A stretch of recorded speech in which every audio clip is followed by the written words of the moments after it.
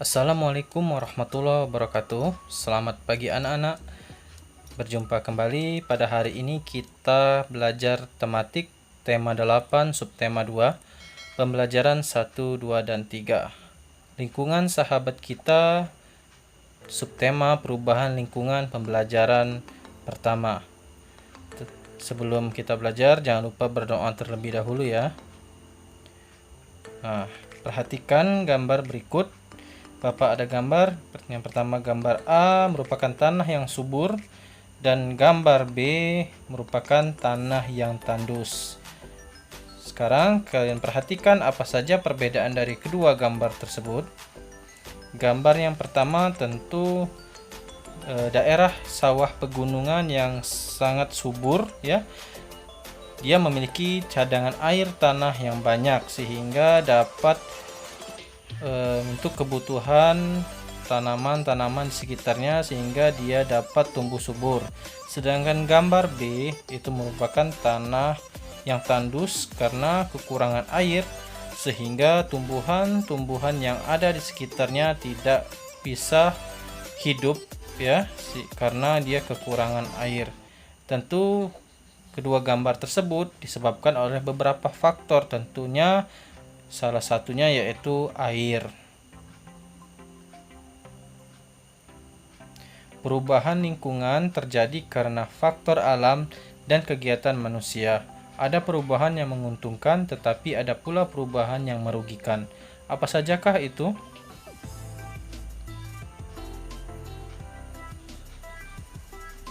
Siklus air tanah. Proses siklus air menyebabkan air bergerak meninggalkan tanah ke udara. Selanjutnya, air turun lagi ke tanah dalam bentuk air hujan.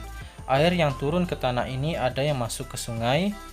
Aliran air di sungai ini akan terkumpul kembali di laut. Selain masuk ke sungai dan mengalir ke laut, ada juga air yang tergenang membentuk danau.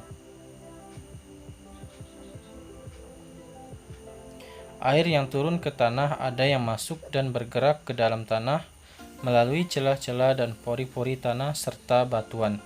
Air yang masuk ke dalam tanah ini kemudian menjadi air cadangan, yaitu sumber air. Air cadangan akan selalu ada apabila daerah peresapan air selalu tersedia. Daerah resapan air terdapat di hutan-hutan. Tumbuhan hutan mampu memperkukuh struktur tanah. Saat hujan turun, air tidak langsung hanyut, tetapi air akan terserap dan tersimpan di dalam tanah. Air yang tersimpan dalam tanah akan menjadi air tanah. Air akan lebih mudah meresap jika terdapat banyak tumbuhan. Air yang meresap akan diserap oleh akar tumbuhan tersebut. Adanya air dan akar di dalam tanah menyebabkan struktur tanah menjadi kukuh dan tidak mudah longsor. Nah, itu merupakan siklus air tanah. Ya. Siklus air tanah salah satunya yaitu hutan yang menjaga ketersediaan air ya, sehingga tetap ada dan tersedia di alam. Jadi kita harus menjaga hutan ya. Jadi jika hutan banyak yang gundul akibat penebangan liar, tentu akan mengganggu siklus air tanah. Selain penebangan, hutan dapat rusak akibat pembakaran. Pepohonan di hutan ditebang atau dibakar dengan alasan tertentu, seperti untuk membuka lahan pertanian, perumahan, atau industri. Kegiatan-kegiatan ini dapat mengurangi kemampuan tanah dalam menyimpan air. Akibatnya, pada saat hujan terjadi banjir dan pada saat kemarau, banyak daerah yang mengalami kekeringan. Pembangunan jalan yang menggunakan aspal atau beton dapat menghalangi meresapnya air hujan ke dalam tanah. Akibatnya, pada saat hujan air tidak dapat meresap ke dalam tanah. Hal ini menyebabkan terjadinya banjir dan air menggenangi jalan-jalan.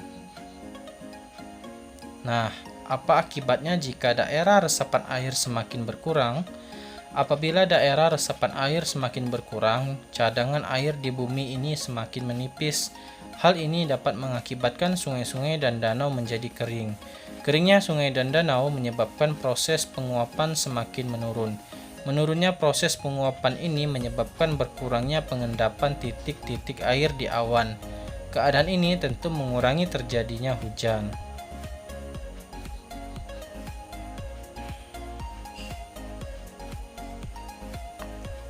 Anak-anak, nah itu tadi faktor yang mempengaruhi siklus air ya. Sekarang kita bahas siklus air tanah, yaitu peristiwa pertama, air bergerak meninggalkan tanah ke udara, selanjutnya air turun lagi ke tanah dalam bentuk air hujan.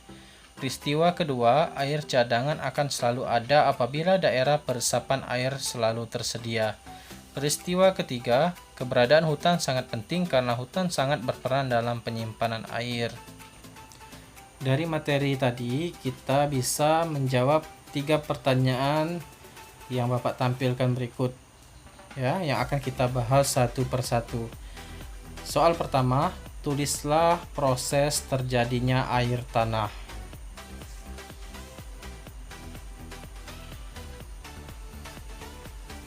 Proses terjadinya air tanah. Air bergerak meninggalkan tanah ke udara melalui proses penguapan. Selanjutnya, air turun lagi ke tanah dalam bentuk air hujan. Air yang turun ke tanah ada yang masuk dan bergerak ke dalam tanah melalui celah-celah dan pori-pori tanah serta batuan. Air yang masuk ke dalam tanah ini kemudian menjadi air cadangan atau sumber air. Pertanyaan berikutnya, faktor-faktor yang mempengaruhi ketersediaan air tanah. Kegiatan membuka lahan pertanian, perumahan, atau industri dapat mengurangi kemampuan tanah dalam menyimpan air. Pembangunan jalan yang menggunakan aspal atau beton dapat menghalangi meresapnya air hujan ke dalam tanah.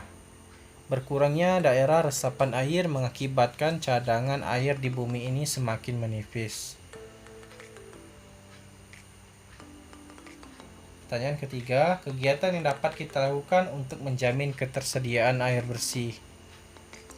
Menghemat atau bijaksana dalam penggunaan air, membuat lubang resapan. Lubang resapan berguna untuk menampung air hujan supaya terserap ke dalam tanah. Menanam pohon supaya akar-akar pohon dapat menahan air di dalam tanah. Mengurangi sampah atau limbah. Nah, itu tadi pertanyaan kita jawab dari materi kita mengenai siklus air tanah.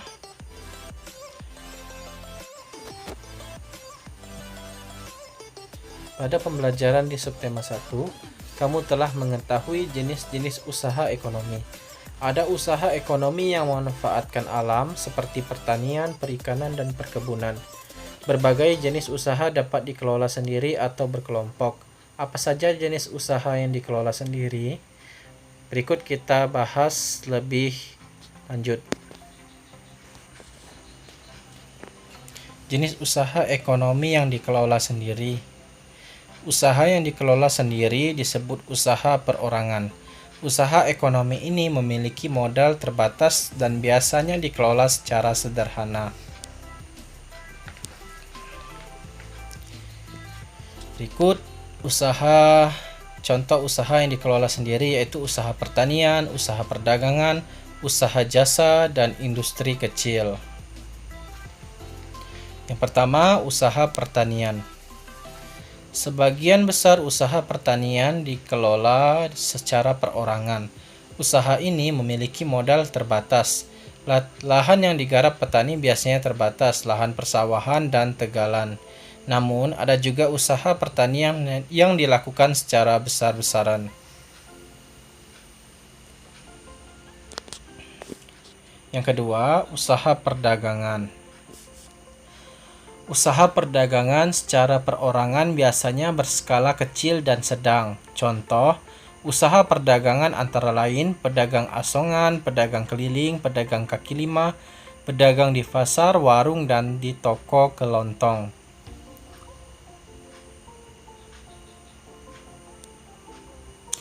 Yang ketiga, usaha jasa. Perhatikan usaha jasa perorangan di daerah sekitarmu. Coba sebutkan usaha jasa tersebut secara umum. Banyak usaha jasa yang dikelola secara perorangan. Contohnya, usaha salon, fotokopi, bengkel, potong rambut, dan penjual pulsa.